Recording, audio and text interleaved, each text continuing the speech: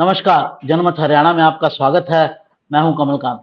साथियों, आज नायब सैनी ने एक विशेष सम्मेलन किया, जो इससे पहले उन्होंने नहीं किया। हिसार में उन्होंने ओबीसी सम्मेलन किया। दक्ष जयंती के ऊपर, दक्ष प्रजापति जयंती के ऊपर उनको इनवाइट किया गया इस सम्मेलन में। और दक्ष प्रजापति जो थे वो माँ सती के पिता थे। और जो प्रजापति समाज है हिंदुस्तान में, जो आर्टिसन वर्ग है, जो हाथ से काम करता है, वो अपने आप को उनका पूर्वज मानता है। तो उनकी जयंती हर साल मनाई जाती है और इस बार ये जयंती हिसार में मनाई गई और वहां पर नायब सैनी जी को इनवाइट किया गया। और जो वहां पर भाषण हुए वो इस तरह से हुए, चाहे वो नायब सैनी जी का भाषण था, चाहे वो मुख्यतः गंगवा जी का भाषण था, रणबीर गंगवा जी का भाषण था, कि जिसमें उन्होंने इस सम्मेलन को ओबीसी सम्मेलन के रूप में प्रोजेक्ट किया, नायब सैनी जी को ओबीसी चीफ मिनिस्टर के रूप में प्रोजेक्ट किया और कांग्रेस पर ये कहते हुए हमले किए कि उनके जमाने में ओबीसी समाज को उनका जायज हक नहीं मिलता था। तो ये क्या राजनीति चल रही है, इसका पर्पस क्या है, क्या चुनाव आने वाले हैं उसके मद्देनजर ये सब हो रहा है। इस सब विषयों पर चर्चा के लिए हमारे साथ जुड़े हुए हैं प्रद्युमन जी। प्रद्युमन जी उसी क्षेत्र में हैं, वहीं रहते हैं और इस सारी राजनीति को अच्छे से जानते हैं। वैसे प्रदेश भर की राजनीति पर तो उनकी पकड़ है। आपका बहुत बहुत स्वागत है प्रद्युमन जी। जी बहुत बहुत धन्यवाद। तो प्रद्युमन जी, कैसे देखते हैं कि नायब सैनी को अब एक ओबीसी चीफ मिनिस्टर के रूप में प्रोजेक्ट किया जा रहा है? देखिएगा, निश्चित रूप से अभी कुछ ही दिन पहले जब भारतीय जनता पार्टी में नरेंद्र मोदी जी के बाद जो सबसे ताकतवर नेता हैं अमित शाह जी, वो भी महेंद्रगढ़ में आए थे और वहां उन्होंने बीसी सम्मान सम्मेलन किया था। उस दिन भी उन्होंने ओबीसी समाज और जो बैकवर्ड समाज है उसके लिए बड़े कसीदे पढ़े थे और नायब सिंह सैनी को बैकवर्ड समाज का बड़ा चेहरा उस दिन बना दिया गया था। आज एक बार फिर से उसी चीज की पुनरावृत्ति हिसार की धरती पर हुई, जब हिसार के बालसमंद रोड स्थित जो आर्यनगर गांव पड़ता है, हिसार शहर और आर्यनगर गांव के बीच ये कार्यक्रम रखा गया। और इसमें बेशक ये कार्यक्रम जो प्रजापति समाज है या कुम्हार समाज कह सकते हैं, उसका जो गुरु दक्ष महाराज जी की जयंती के उपलक्ष्य में कार्यक्रम था। और इस कार्यक्रम में बेशक कुम्हार समाज या प्रजापति समाज की तरफ से कार्यक्रम था, उसके बावजूद चूंकि नायब सैनी बीजेपी के नेता हैं, प्रदेश के मुख्यमंत्री हैं, तो वहां बीजेपी के द्वारा ओबीसी समाज के लिए क्या कुछ किया गया, बैकवर्ड समाज के लिए क्या कुछ किया गया, उन्हीं तमाम बातों विषयों पर जो है जितने वक्ता थे उन्होंने अपनी बातें रखी। यहाँ एक बात और मैं दर्शकों को बताऊं, ये कार्यक्रम जिस तरह से हिसार में कह लीजिए या हरियाणा प्रदेश में तमाम जो समाज हैं वो भी विभिन्न वर्गों में अब बंट चुके हैं। ये जो कार्यक्रम था ये बीजेपी समर्थित कार्यक्रम था।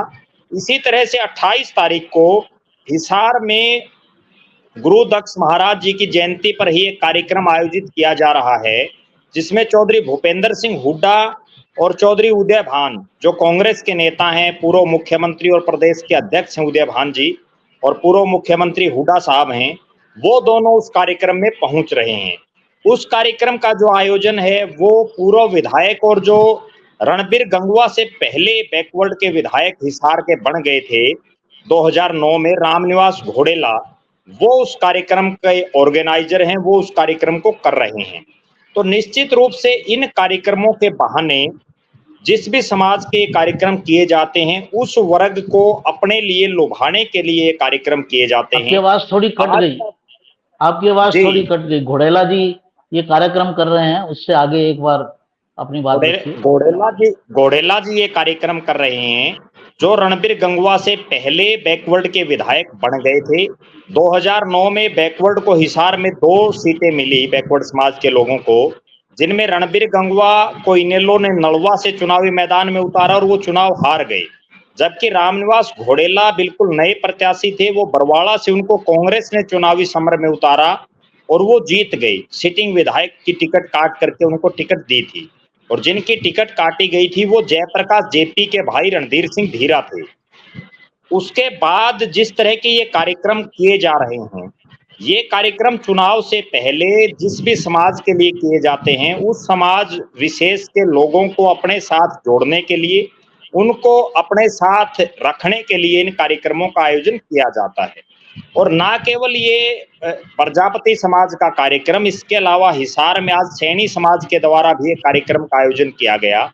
और अगले दिनों में आप देखोगे लगातार इसी तरह से विभिन्न समाजों के, विभिन्न जातियों के, विभिन्न वर्गों के इसी तरह के कार्यक्रम बीजेपी और कांग्रेस दोनों पार्टियां लगातार करती रहेंगी। और इसका सीधा सीधा उद्देश्य सिर्फ एक ही है कि इन समाज के लोगों में अपनी पैठ कैसे बढ़ाई जाए। जहां तक आपने एक सवाल किया कि क्या नायब सिंह सैनी बैकवर्ड के या ओबीसी के चेहरे बनते जा रहे हैं, निश्चित रूप से वो मुख्यमंत्री हैं प्रदेश के और बैकवर्ड समाज से वो आते हैं, लिहाजा बैकवर्ड समाज के लोग उनके लगातार नागरिक अभिनंदन के कार्यक्रम कर रहे हैं। मैं एक बात दर्शकों को विशेष तौर पर बताऊं, 2014 में जब प्रदेश को पंजाबी चेहरे के रूप में मनोहर लाल खट्टर जी प्रदेश के मुख्यमंत्री बने, उस समय मुख्यमंत्री बनने के बाद पंजाबी समाज के द्वारा उनके जगह जगह अभिनंदन समारोह किए गए।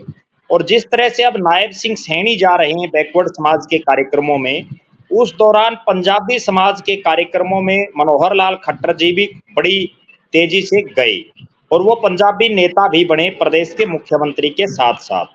अब चूंकि बीजेपी के पास बैकवर्ड में बहुत से चेहरे हैं, चाहे वो राव इंद्रजीत हों, कृष्णपाल गुर्जर हों, उन सब के बावजूद नायब सैनी चूंकि प्रदेश के मुख्यमंत्री हैं, तो लिहाजा सबसे बड़ा चेहरा आज के दिन वही हैं। लेकिन हरियाणा की जनता उनको, बैकवर्ड समाज की जनता अपना नेता तभी मानेगी जब वो विधानसभा के चुनाव में कुछ ऐसा करिश्मा करके दिखाएं, क्योंकि लोकसभा का जो चुनाव था वो तो नरेंद्र मोदी जी के नाम पर लड़ा जा रहा था, उसमें नायब सिंह सैनी कहीं कोई चेहरा नहीं थे, क्योंकि वो तो चुनाव के दौरान ही उनको प्रदेश का मुख्यमंत्री बनाया गया था। और मोदी जी के चेहरे पर बीजेपी 5 सीटें हारी हरियाणा में।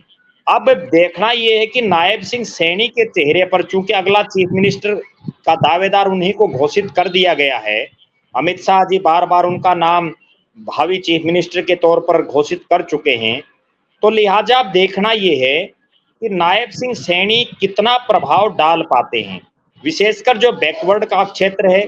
हालांकि मैं एक बात आज दोबारा फिर से कहना चाहूंगा कि वो पूरे हरियाणा प्रदेश के बैकवर्ड समाज के नेता अब भी नहीं बने हैं। वो कितना परिणाम 2024 के विधानसभा चुनाव में बीजेपी के पक्ष में ला पाते हैं, तभी वास्तव में वो नेता बन पाएंगे। जी, मुख्य सवाल ये है, अभी चुनाव तो आगे है, अभी तो उन्हें मौका ही नहीं मिला है कि वो अपनी लीडरशिप को एस्टेब्लिश कर सकें या लीडरशिप में कितना दम है ये बता सकें।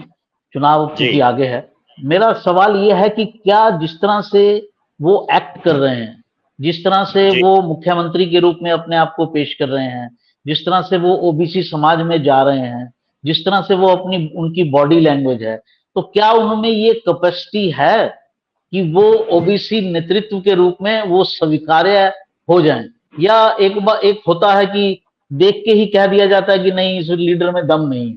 तो आपके हिसाब से उनमें कितना दम है, और जहां उनको शुरू हुए थे वो एज ए चीफ मिनिस्टर, और आज की डेट में वो कितना ऊपर गए हैं या कितना नीचे गए हैं, इस चीज की थोड़ी तुलना मैं आपसे चाहूंगा।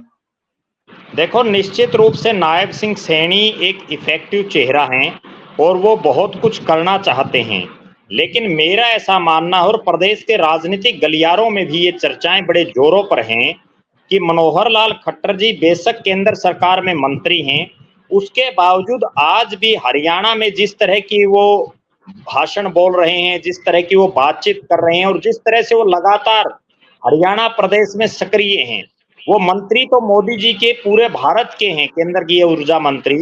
उसके बावजूद अगर आप देखेंगे, जब से वो मंत्री बने हैं तब से ज्यादातर समय उनका हरियाणा प्रदेश में ही गुजरा है। तो कहीं ना कहीं आज भी नायब सिंह सैनी के चेहरे पर वही पूर्व मुख्यमंत्री मनोहर लाल खट्टर जी की छाप लगी हुई है, और जब तक ये छाप उनके चेहरे से नहीं उतरेगी तब तक मैं नहीं मानता कि वो हरियाणा प्रदेश में बैकवर्ड या किसी भी वर्ग के नेता, एक छत्र नेता नहीं बन पाएंगे। हालांकि अमित शाह जी ने अभी पीछे जब पंचकुला में कार्यक्रम था, उस समय ये दर्शाने की कोशिश कर दी थी कि नायब सिंह सैनी ही अब हरियाणा प्रदेश में बीजेपी का सबसे बड़ा चेहरा है, उन्हीं के नेतृत्व में हम चुनाव लड़ेंगे।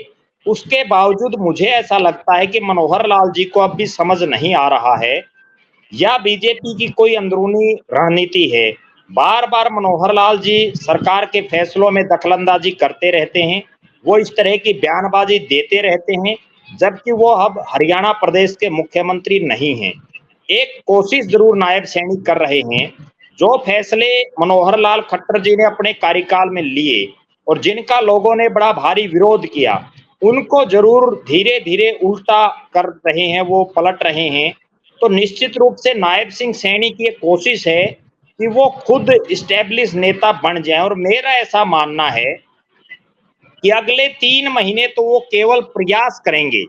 अगले 3 महीने नायब सिंह, तो मेरा ऐसा मानना है कि नायब सिंह सैनी तभी नेता बन पाएंगे, चाहे वो बैकवर्ड के हों और चाहे समस्त हरियाणा प्रदेश के हों, जब वो एक तो मनोहर लाल खट्टर जी की छत्र छाया से बाहर आएंगे। क्योंकि अभी भी हरियाणा प्रदेश की जो जनता है वो ऐसा मान रही है, और वो मानेगी भी, क्योंकि आज भी वो मनोहर लाल जी की छत्र छाया से बाहर नहीं निकल पाए हैं। तो कहीं ना कहीं 3 महीने प्रद्युम्न जी, और मुझे इसमें ऐसा मैं लगता आपको जी एक बात मैं थोड़ा टोकना चाहूंगा जी आपको। जी मुझे लगता है कि इस आपकी बात जो है वो कुछ हद तक ठीक है, लेकिन पिछले 15 दिन में जी परिस्थितियां बदली हैं। पिछले 15 दिन में आप जी देखेंगे कि किसी भी पोस्टर में मनोहर लाल जी का वो नहीं है, और मेरे पास अंदर की जानकारी है, उनको अब थोड़ा सा विड्रॉ करने को कहा गया है मनोहर लाल जी को। इसलिए जी आप देखेंगे कि वो कभी उनको नॉर्थ ईस्ट भेजा जाता है, सेंटर के अंदर उनको ज्यादा काम दिया जा रहा है। कल वो हिमाचल में थे कार्यकारिणी की बैठक में, तो हरियाणा से धीरे धीरे उनको जो है विड्रॉ किया जा रहा है। शुरू में इसलिए डाला गया था कि नायब सैनी जी जो हैं, उनका प्रशासन का उतना अनुभव नहीं था, ये ना हो कि प्रशासन बिल्कुल ही जो है वो बेलगाम हो जाए, इसलिए डाला गया था। अब उस उनको हटा लिया गया है। आप देखेंगे कि जो महेंद्रगढ़ की रैली हुई थी, उसमें भी उनका कोई नाम नहीं लिया गया, कहीं उनका कुछ नहीं किया गया। जो प्रदेश के नेता थे, उन्हीं पर ही फोकस किया गया।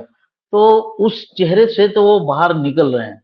मेरा जो सवाल है वो ये है, देखिए, नायब सिंह को बनाने का एक बड़ा असर तो हुआ है, और वो इसी चीज से स्पष्ट है कि भूपेंद्र, जिस दिन नायब सिंह को बनाया गया, उस दिन भूपेंद्र सिंह हुड्डा जी के द्वारा प्रेस कॉन्फ्रेंस की गई कि ओबीसी को लेकर बीजेपी ने क्या किया है।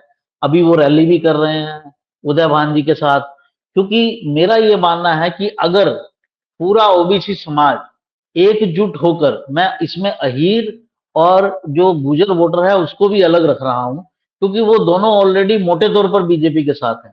जो बीसी ए वर्ग है, वो अगर मोटे तौर पर नायब सैनी के साथ जुड़ जाता है, मोटे तौर पर, तो वो पूरे समीकरण हरियाणा के बदल सकता है। क्योंकि उनकी जनसंख्या अच्छी खासी है, 28 से 30% वही वर्ग है, और ये वर्ग जो है ये जाट समुदाय से भी ज्यादा हो जाता है, और इसलिए सारे समीकरण बदल जाते हैं। इस संदर्भ में मैं पूछ रहा हूं कि आपको क्या लगता है, क्या आपका इसमें विश्लेषण है? क्योंकि बीजेपी के देखो, द्वारा कोशिश भी यही की जा रही है कि ओबीसी को आप जोड़ो, ओबीसी का चेहरा प्रेजेंट करो और उस पर चुनाव लड़ो। आप जिस बात का जिक्र कर रहे हैं मैं उस बात से सहमत हूं, लेकिन एक बात मैं और दर्शकों को बताऊं कि मनोहर लाल जी अब भी नहीं मान रहे हैं इस बात को। अभी पीछे करनाल में उनका एक कार्यक्रम था, जो हरियाणा सरकार के उसमें बैनर लगे हुए थे, उसके बावजूद उस कार्यक्रम में केवल नरेंद्र मोदी और मनोहर लाल खट्टर जी दो ही फोटो थे।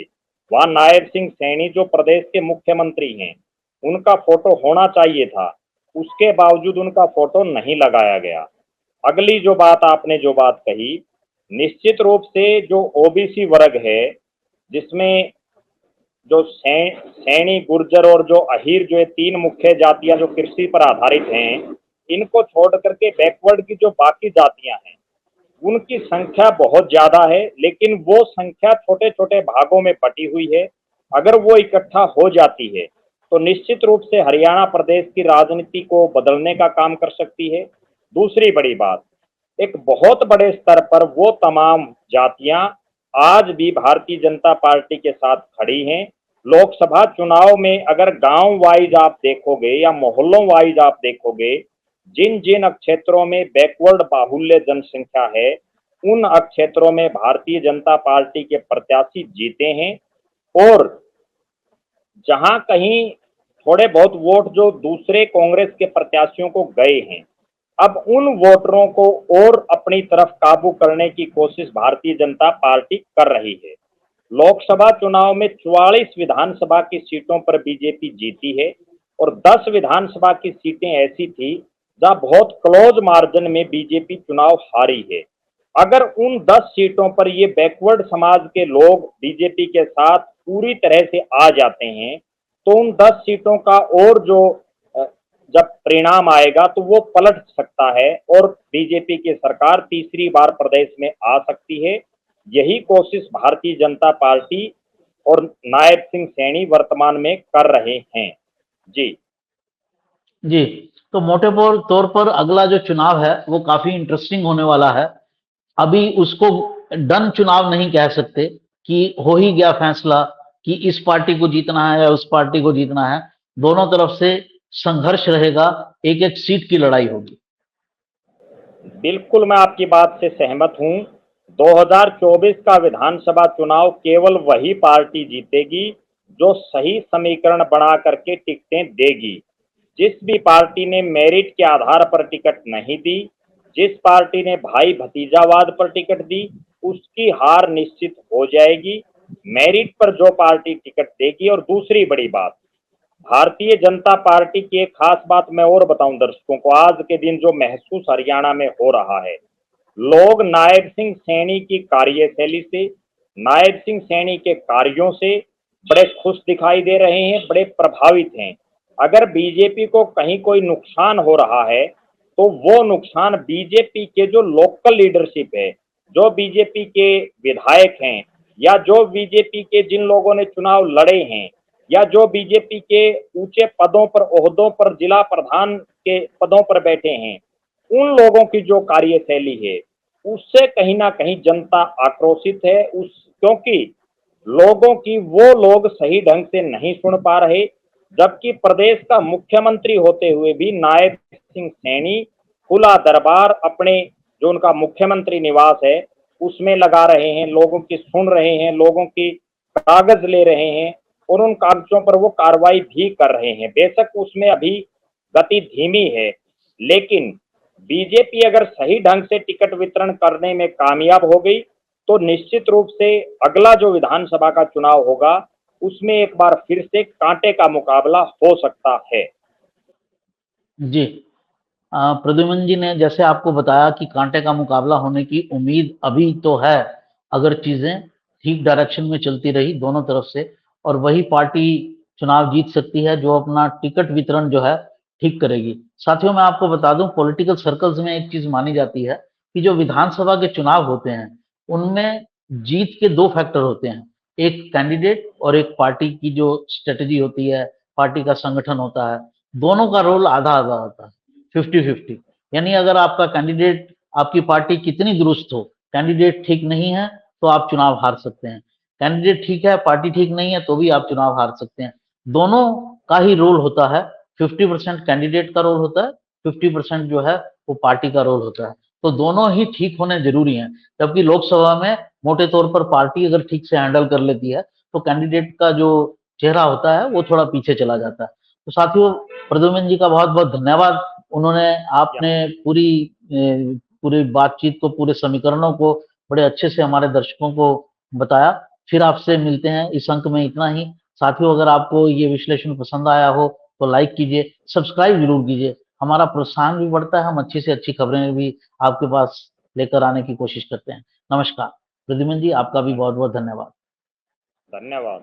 हरियाणा की हर राजनीतिक खबर के विश्लेषण के लिए हमारे चैनल जनमत हरियाणा को लाइक, शेयर और सब्सक्राइब करना ना भूलें।